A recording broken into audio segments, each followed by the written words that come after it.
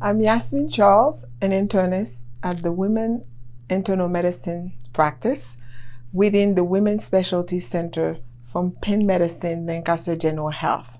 As a primary care center, we treat many medical conditions, including anxiety and depression. Today, I would like to talk about stress management, as this is the leading factor contributing to anxiety and depression. We have to ask ourselves, what is stress? We usually refer to stress as a bad thing. However, stress could be either good or bad. But when we think about the bad stress, we think about the fact that our life is full of pressure, fears, and frustration. That's a stress. However, the body reacts as if we are facing a physical threat. And that's what we call the flight or fight response. How does the body respond to stress? We might experience headache, inability to concentrate, dry mouth. Sometimes we may even have difficulty swallowing, pounding heart, nausea, cold hand. Even sometimes angry outbursts will be an impact of stress, and decreased appetite as well as sleep changes. So the stressors could be either short-term or long-term. The long-term tolls in our body could be really what activated many of the medical conditions we see with stress, such as anxiety and depression.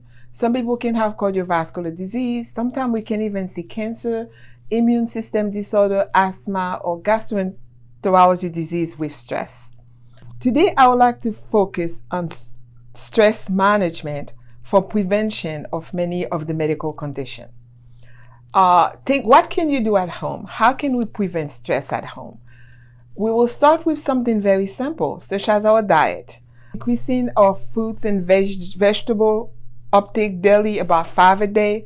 Nuts and seeds are important, lean meat and fish and beans, a low-fat dairy, as well as whole grain.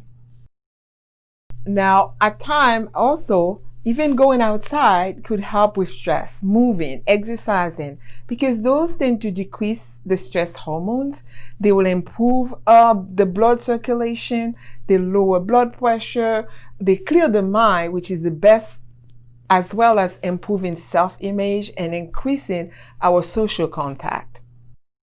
Other things which can be done at home will include resting and renewing. And those will include what we call relaxation exercises.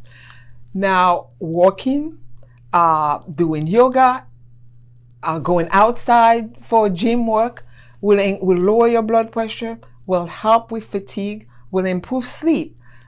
Some people may experience pain with anxiety and depression. That can help, as well as increase your productivity, increase concentration, and improve our thinking. Other positive thing to do at home will basically self-talk, which we usually say if we, during the day, provide some very strong positive statement about ourselves, about our lives. Sometimes things like being grateful for the little things in life can improve. We will also do things such as gardening. That helps. As well as talking to people, helping people out. Those are the positive self-talk we could give to ourselves. I would also add journaling as one of the very positive things to do at home in order to combat stressors. It could be anything from writing something every day in a journal at home. Some people get up early in the morning to do that. Some people could do that at the end of the day. But you basically writing a positive, some grateful, some feeling of appreciation in your journal could make a difference. So in addition to what can be done at home, our center would also provide different treatment for stress, anxiety, and depression. We have the conservative treatment, such as medication. We also have access to behavioral health and our psychiatrists on site.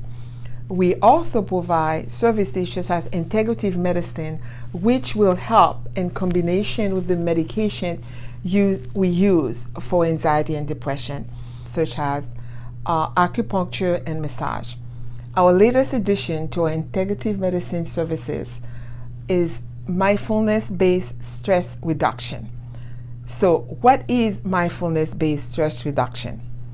It says that mindfulness is the basic human ability to be present, to be aware of your body, to be aware of where you are and what you are doing, and are not overly reactive or overwhelmed by what's going on around us. To live life awake and fully, and also to be awake with curiosity, openness, and kindness. In the near future, we'll be offering a 5-week mindfulness-based stress reduction with a trained mindfulness-based stress reduction educator. Those classes will provide tools to empower you to be able to reduce all the stressors at home, to be fully aware of the symptoms of anxiety and depressions and how to deal with them at home, as well as when to call for help. Now, mindfulness-based stress reduction is usually a complementary practice. It is not meant to be done alone. We usually recommend that you will continue with your medication if needed, as well as routine behavioral health counseling session or follow up with psychiatry if needed. This is a very difficult time with the pandemic. Our stressors are much higher than they used to be. Most of us are experiencing increased symptoms of anxiety and depression.